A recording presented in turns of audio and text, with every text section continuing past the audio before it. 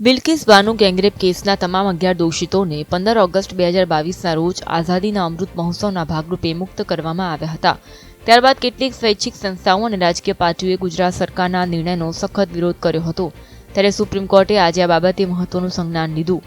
Supreme કોર્ટે બિલ્કિસ બાનુ gangrape કેસમાં 11 દોષિતોને સમય પહેલા મુક્ત કરવાના ગુજરાત સરકારના નિર્ણયને રદબાતલ કર્યો।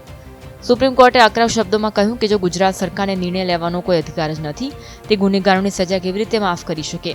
આ કેસની સુનાવણી મહારાષ્ટ્રમાં થઈ છે, તો ત્યાંની રાજ્ય સરકારને ગુનેગારોની સજા માફ કરવાનો સંપૂર્ણ અધિકાર છે, કારણ કે જે રાજ્યમાં કોઈ ગુનેગાર પર કેસ ચલાવવામાં આવે છે અને સજા થાય છે, તે બાબતે ત્યાંની સ્થાનિક સરકારને જ ગુનેગારોની માફીની અરજી પર નિર્ણય લેવાનો અધિકાર છે।